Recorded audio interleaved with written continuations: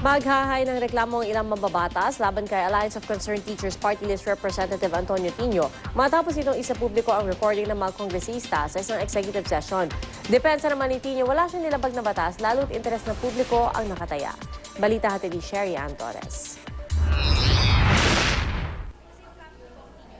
Halata ang panggigigil ni House Committee on Appropriations Chairman Isidro Ungab sa pambabastos umano ni ACT Party List Representative Antonio Tino sa House Rules. Ito'y matapos isa publiko ni Tino ang recording ng executive session ng mga kongresista kina Health Undersecretary Janet Garin at CHED Chairperson Patricia Licuanad.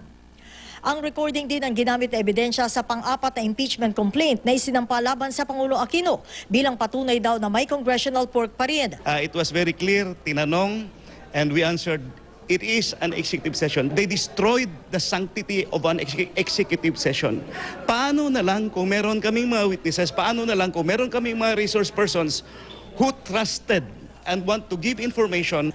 Maging ang ibang party list congressmen, ikinadismaya ang ginawa ni Tino. Maghahain daw sila ng reklamo sa House Committee on Ethics. We are going to file an ethics complaint against Congressman Tino dahil hindi po natin papayagan na ang ating mga rules ay basta-basta na lang ilalabag at no one is above the law. Sa patakaran ng House Committee on Ethics, merong 3 parusa na naghihintay sa isang kongresista na inirereklamo.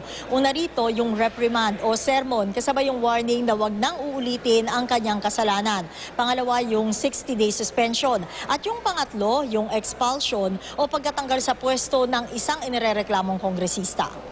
Pero si Tino naninindigan. Wala daw siyang nilabag na kautusan lalo't interes ng bayan daw ang nakataya sa pulong na iyon. As I said, expected yan.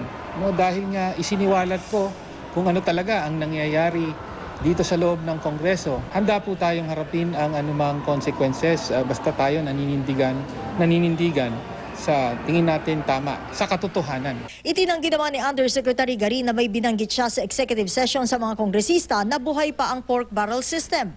Ayon naman sa pahayag ni CHED Chairperson Licuanad, walang basehan ang bintang ni Tino. Napasikretong minamaniobra ng CHED at ng ibang government officials ang Priority Development Assistance Fund upang makakuha ng pabor sa mga mambabatas para wag ma-impeach ang Pangulo. Lahat daw ng ginagawa ng CHED ay nakabatay sa guidelines at mahigpit na minomonitor ng ahensya. Sherry Ann Torres, GMA News.